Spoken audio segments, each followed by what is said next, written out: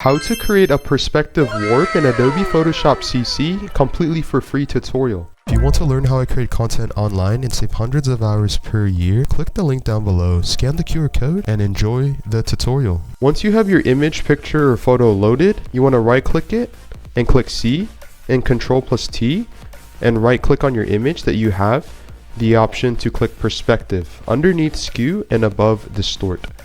Now you can move or adjust the bottom of your picture and moving it up, and it makes it look like it's 3D. And you can click and check right here.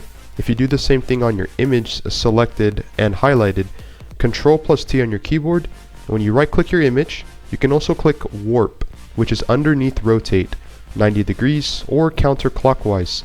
And now when you click the bottom left hand of your image and you move, you can also create an even more 3D image or an effect, as you can see.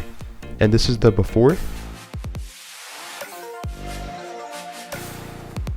And this is the after.